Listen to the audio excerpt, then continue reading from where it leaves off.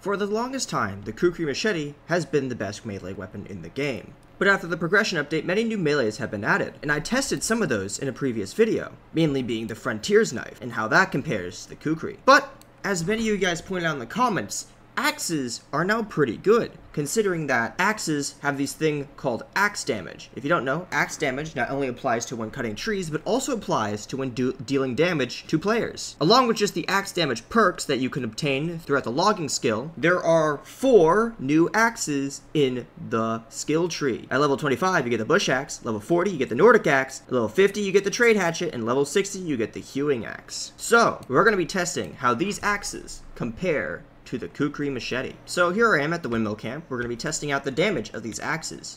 Before I test the damage of the axes, I want you to realize that I have an extra 15% axe damage based on the fact that I have gotten the 15% axe damage perk. I have not achieved level 20 or 25 yet, as I'm just making this video after getting level 60, which is the last unlock for the last axe. So keep that in mind when I'm using it, because if you get plus 25 axe damage, like at level 90, it'll be doing a lot more. You only need plus 12 axe damage to deal 50 damage with all these axes. And having the plus 15 makes it so you do 52 damage with these axes. So I think it's fair to start with the Kukri Machete. As you can see, the Kukri has a very fast swing speed and can do 50 damage really quickly, making it a 2-shot. And really anything over 50 damage is a 2-shot. So the fact that axes can deal plus 25 damage to players doesn't matter as long as you get the plus 12%, which makes it a 50 damage. As you can see, you can get a lot of swings off with the Kukri very quickly. The Kukri also has a second ability. If you click the right mouse button, it has a slashing ability, which can slash a lot. I've already showed this off in my other video where I did the Kukri and the Frontier Knife, but as you can see, you can get multiple targets at the same time with this slashing ability. Alright, enough with the Kukri. Let's get on to the first axe you unlock, and that axe will be the Bush Axe. This axe is unlocked at level 25. As you can see, I deal 52 damage. Normally, it would only deal 45, but if you get the 12% axe damage at level 15, which is way before level 25, you're going to be dealing at least 50 damage. So, by the time you get this axe, you'll be dealing 50 damage. And it swings relatively quickly. Comparing it with the Kukri, I think it swings the same speed, right? As you can see, before a second number can pop up, another number pops up, a third number pops. So let's see if that's similar here. Yeah, it looks the exact same. If not, maybe the Kukri is just a tiny bit faster. No, I think it's the exact same. As you can see, the numbers, the second one disappears, the second one pops up, just the same as this axe. Kinda crazy how you can get a 50 damage weapon at level 25 logging. And this one has the automatic slideway slash. Can you hit 2 people with it? It has probably less range than the Kukri, but you know, it's still a side slash, and I think that makes it way better than the up-down version you get with the Kukri. Because this only allows you to get like 1 target at a time, and maybe like another one if they're like really close. But this one allows you to be a little bit more inaccurate. But you do have to stand a little far away. As you can see, you can't stand too close because the blade doesn't actually, because your blade won't actually touch the enemy. You have to stand back. Unlike the Kukri, which you can get very close. You can get very close. You can get very close with the Kukri. But you can only go away from so far with the Kukri. As you can see, no, I'm no longer hitting it. But I'm still hitting with the axe. And if I keep backing up, then the axe will, you know, stop hitting. Like get right here. Yeah. So I would say that honestly, this is a pretty good improvement over the Kukri knife. It has some slight differences in the range, of being you're able to hit a little farther and not being able to hit up close as well. But that's still pretty good for considering it is free.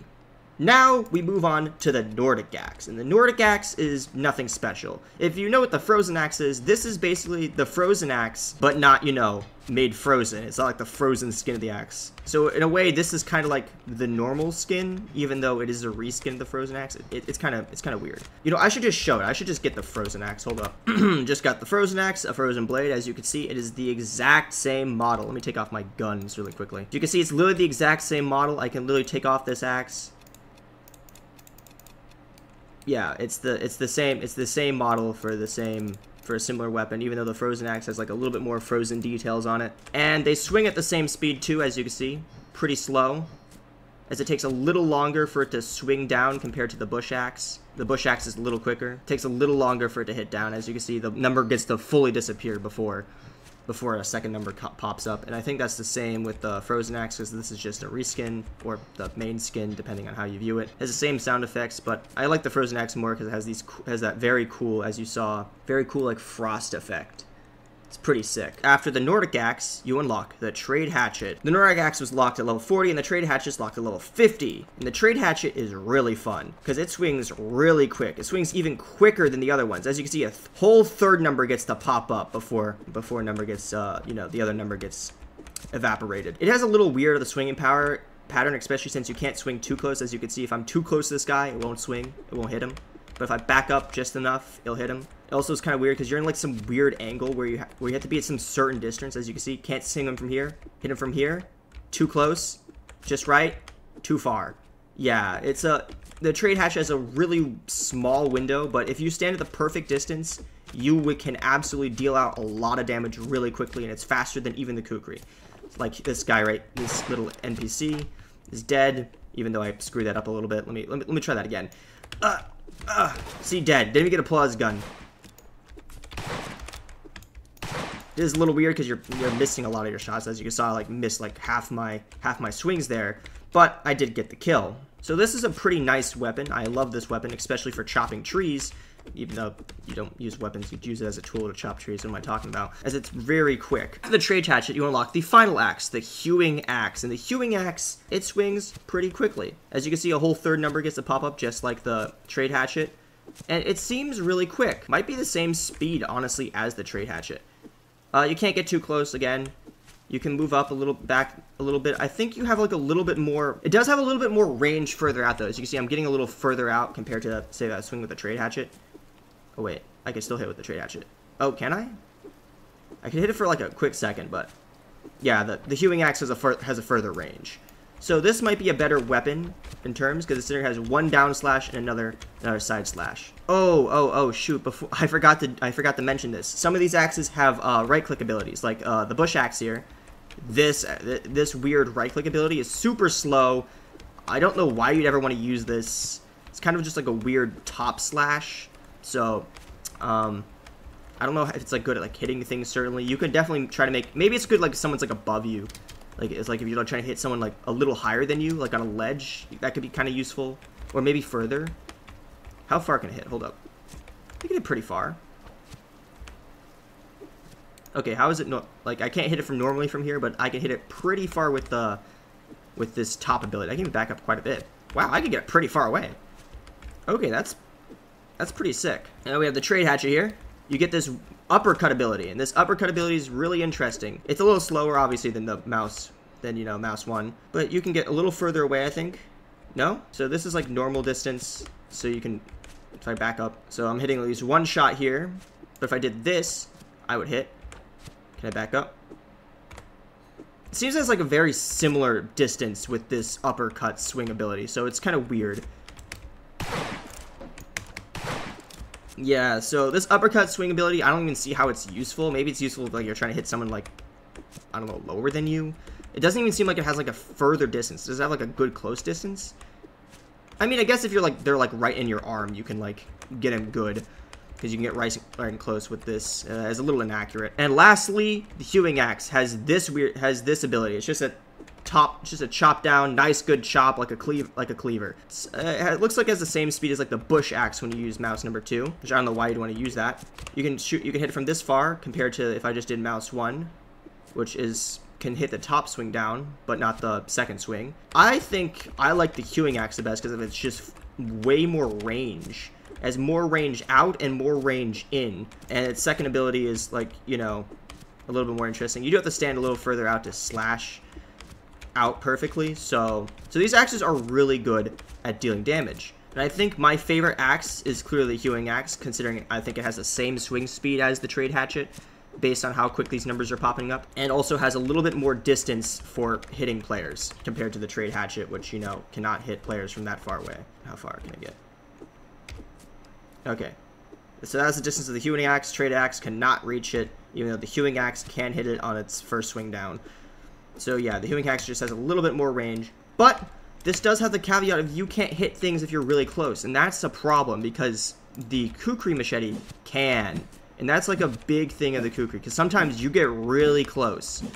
Sure, it doesn't have like the far range, like the far range of the axes, like this trade hatchet right here and the bush axe. Oh wait, can the bush really? You cannot hit from here? Really, trade hatchet? You cannot hit this from here?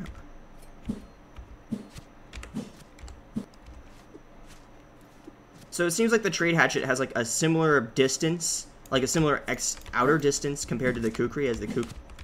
But like the Kukri can get in a lot closer and deal a lot of damage really close up. The swing can even do that too. So the Kukri still has a place, considering that it can get nice, you can get up really close and it'll still hit. Like I can get really this close, as long as my arm is somewhere in the dummy, it will hit.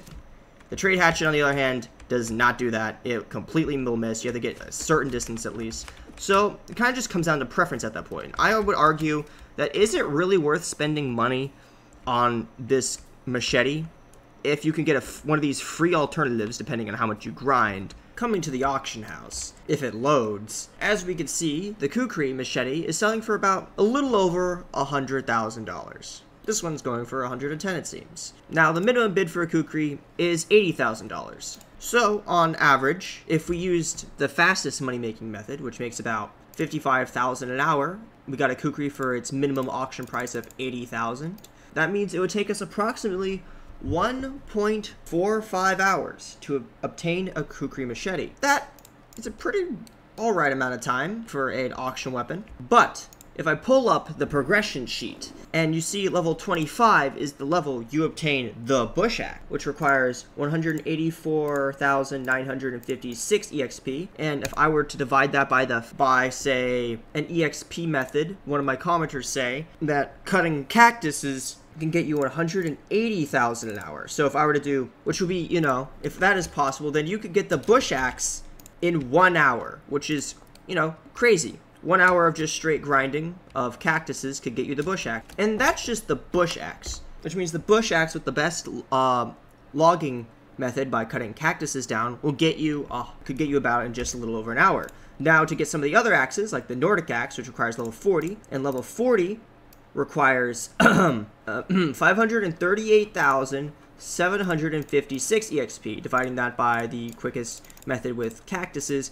would take you about a little less than 3 hours. Which, you know, it's whatever, because the Nordic Axe is not that special. But if I were to say push the luck to level 50, which requires 913,806 EXP, that would take you about 5 hours just to get the trade axe. So maybe in this circumstance, if you think the trade axe has a quicker, you know, swing speed, that maybe getting the Kukri would be better, because it would be saving plenty of hours and you'd be able to hit a lot closer with the Kukri. And for the last axe, the Hewing Axe requires 1,410,056 EXP divided by the quickest method.